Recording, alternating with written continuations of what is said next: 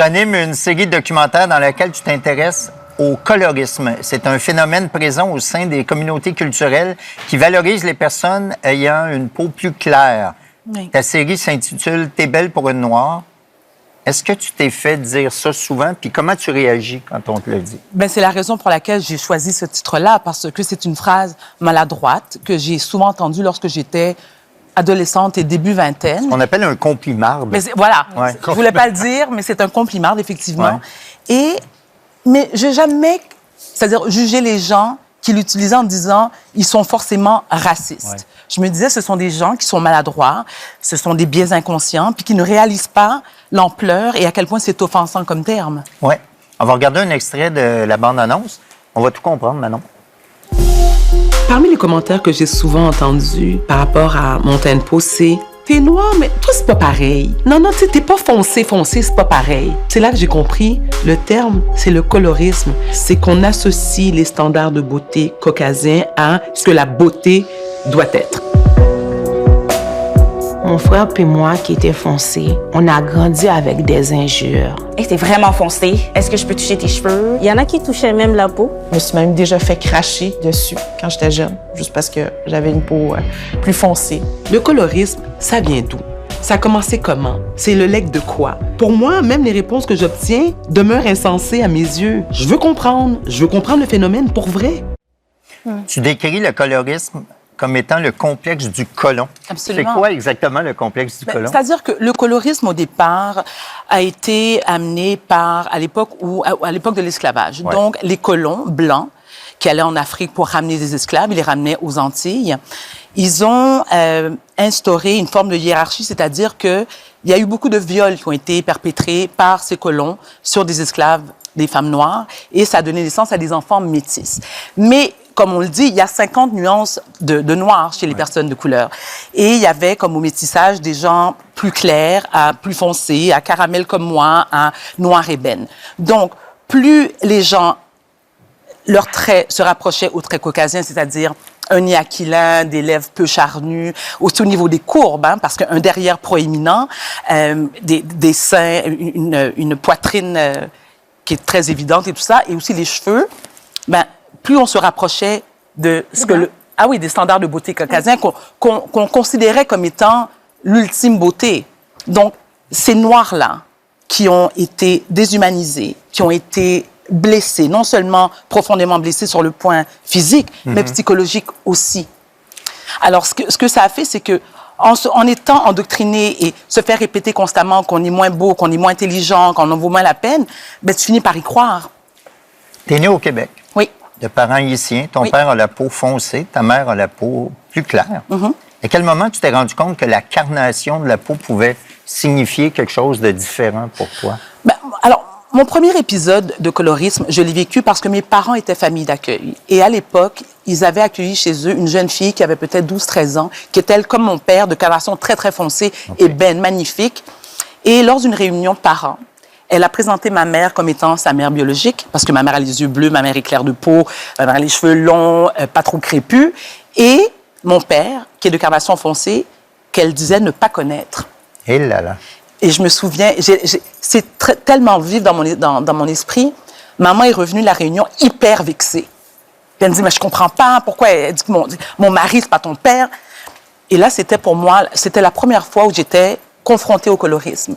Et aussi, oui, excuse-moi. Non, vas-y. Mais en tant que, moi, je me considère comme une femme noire, bien sûr, et très fière de l'être, mais j'ai une carnation caramel. Donc, contrairement à Lupita Nyong'o, par exemple, qui est très, très foncée de peau, et que le fait que j'ai pas peut-être le nez assez épaté, ben, j'ai senti, et je le crois encore, qu'il y a des avantages. Parce que justement, dans le temps... Des avantages et privilèges qui vont... Bien sûr, et ça remonte au temps de l'esclavage. C'est-à-dire que ces Noirs qui étaient métissés avaient des avantages. Par exemple, ils avaient accès à la maison du maître, ils savaient lire et écrire, puis c'était moins offensant au regard. Mais on sent bien, justement, dans ton documentaire, que ça a beaucoup de répercussions encore aujourd'hui. Bien sûr. Sur les cheveux, Oui. sur le look, sur Oui. C'est pour ça aussi qu'on voit aussi les femmes noires dépenser beaucoup d'argent sur les perruques, sur les cheveux, sur les défrisants. Oui, bien justement, c'est une industrie qui est extrêmement lucrative. On parle de 30 Exact. milliards de dollars par année, Oui.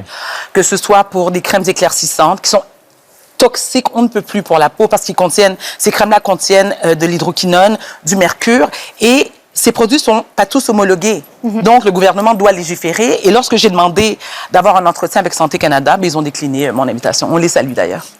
Bonsoir, Santé Canada. Voilà. Et c'est quoi les risques quand on utilise ces crèmes-là? Puis c'est quoi la prévention? Alors, les risques. Maladies cardiovasculaires, cancer de la peau qui brûle complètement. Et ça fait des taches irréversibles. Et de toute façon, moi, je suis capable tout de suite de différencier ceux qui utilisent ces produits-là parce que le teint n'est pas naturel. Ça devient un teint un peu cadavérique, grisâtre. Mais ce que je tiens à dire aussi, c'est important pour moi de le mentionner, je ne blâme pas, moi, les communautés racisées. Et lorsque je parle de communautés racisées, il faut le dire, le colorisme, on ne le retrouve pas seulement au sein de la communauté noire. Non, ça, c'est vrai. On le retrouve au sein de la communauté maghrébine qui, par exemple, ils vont subir une rhinoplastie pour enlever... Moi, ce que je trouve magnifique, la petite bosse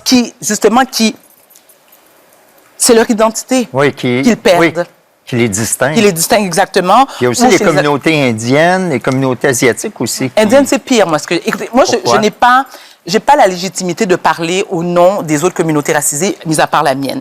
Mais dans mon documentaire, les gens avec qui je me suis entretenue, il y a une dame, ça m'avait frappée, et bouleversée même, elle est issue de la communauté indienne. Elle me disait qu'encore au Canada, il y a des mariages arrangés entre les personnes de la communauté indienne ayant une carnation foncée avec une personne à la carnation claire pour s'assurer que les enfants qui vont naître de cette union soient le plus clairs possible. Il y a aussi dans les communautés asiatiques des femmes qui se font arranger les yeux. La blépharoplastie. Oui. D'ailleurs, il y a un terme que j'ai appris durant le documentaire. Moi, je disais se débrider les yeux. Mais se débrider les yeux, c'est aussi péjoratif. C'est-à-dire que il faut apprendre à utiliser la bonne terminologie. Débrider les yeux vient du terme brider un cheval. Oh là là. OK? Comme le terme mulâtre, qui devrait être complètement banni de notre vocabulaire parce qu'un enfant mulâtre, c'est l'accouplement d'une jument et d'un âne. On appelle ça des métis. Il faut utiliser le terme métis lorsqu'on parle d'un enfant issu de deux races. Toi, est-ce que tu serais allé jusqu'à utiliser ces produits-là ou est-ce que tu y as pensé? Mais c'est la pire insulte au monde. Oh mon Dieu, Guy. Je veux mourir, là. Comme c'est juste une question. Hein? Non, mais c'est-à-dire que jamais de la vie, et ça me fait toujours sourire parce que lorsque je vais aux Antilles, par exemple, j'étais aux Antilles il y a 1 mois et demi de cela, et moi, je suis la première en sortant de l'avion qui se garoche sur la plage, qui met de l'huile parce que je trouve que ma carnation au soleil, elle est cuivrée, foncée, c'est beau. Et j'ai eu des regards de membres de la communauté blanche qui disaient « Mais qu'est-ce qu'elle fait là? » Je dis « Ben, je me fais bronzer. Ben, t'as pas besoin. »« Oui, je vais être plus foncée. »« Tu vas être plus foncée. »« Ah, ben... » Pourquoi est-ce que c'est principalement un phénomène qui affecte les femmes? C'est une très bonne question, d'ailleurs. Mais dépendamment à qui on le demande, on a une réponse différente. C'est-à-dire que on parlait de l'impact que l'esclavage a eu sur les membres de la communauté noire. C'est ce besoin aussi de plaire à l'homme noir. Et l'homme noir, lui, qui a été conditionné, pas tous, je ne veux pas généraliser, à mettre de l'avant les femmes ayant un teint plus clair. Un exemple parfait, si on parle de Beyoncé, par exemple. Beyoncé, c'est le summum de la beauté pour plusieurs membres de la communauté noire. Pourquoi? Parce qu'elle est claire de peau, parce qu'elle se met des rallonges blondes et or qui sont clairement pas naturelles. J'ai toujours pensé... C'est que c'était les siennes. Ben non, Guy. Ben non. Donc, c'est une beauté, ce que j'appelle une beauté passe-partout. Parce que elle plaît aux gens de la communauté noire, puis elle dérange pas non plus la madame dans le fin fond du Missouri qui dit « Ouais, elle est pas blanche, mais elle est pas noire. » Tu as 3 enfants? Oui. Métis? Oui. 30 ans, 20 ans, 17 ans? Oui. Est-ce que tu sens que tes enfants sont aussi affectés par cette pression-là? J'ai le plaisir et la fierté de dire que non. C'est-à-dire que mes enfants, qui sont issus d'une union avec leur père, mon ex-mari, qui est caucasien, très, très tôt, depuis le berceau, on leur a expliqué. D'ailleurs, c'est pas vrai qu'on leur a expliqué, je m'excuse. Ce n'était pas un sujet de discussion parce que dès le départ, ils ont compris. Il y a un papa qui est blanc, une maman qui est noire. Et mes 3 enfants se sentent privilégiés d'appartenir à 2 cultures. La culture haïtienne qui est très importante pour moi et qui l'était aussi pour le père. Moi, je me souviens être enceinte de mon 2e enfant.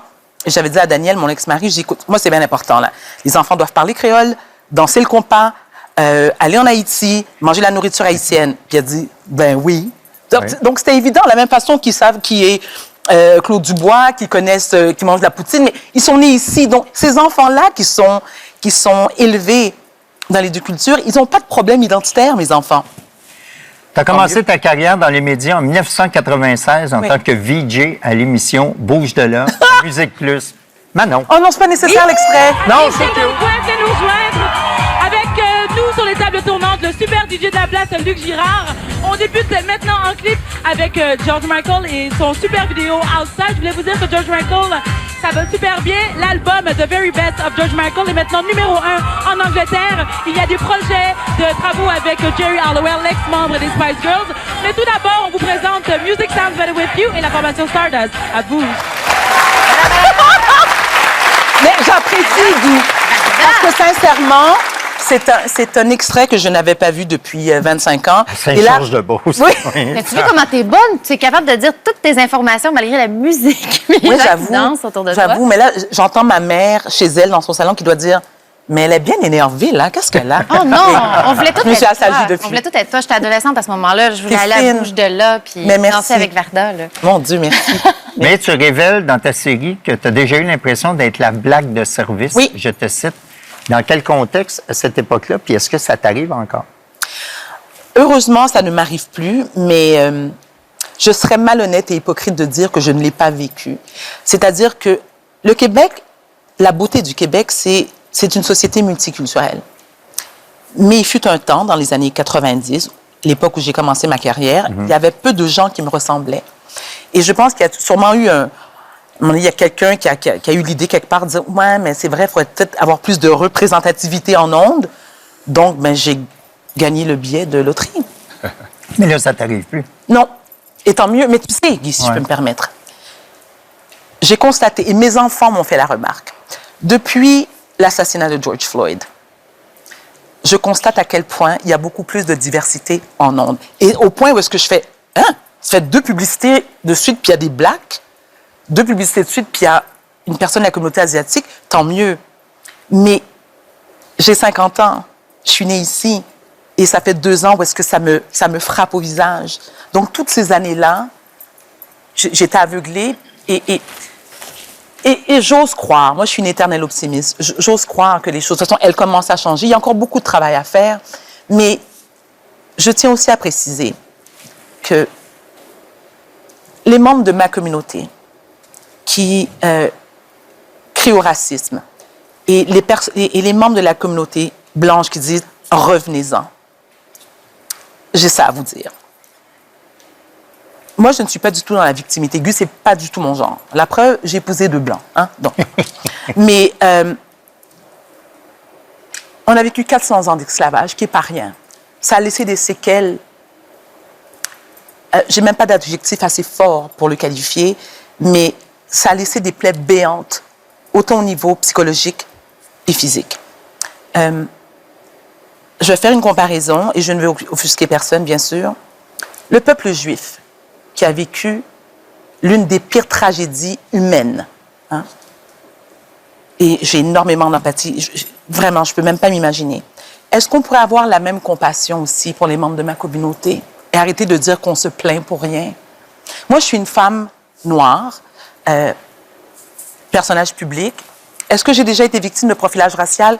Jamais. De ma vie, je vous jure, jamais. Et j'ai un problème de santé mentale. Donc, la police débarquait chez moi, je l'ai vu souvent. On s'entend? Toujours très bien servi. Mais est-ce que des membres de ma communauté le vivent tous les jours? Ben oui. Oui. Ben oui.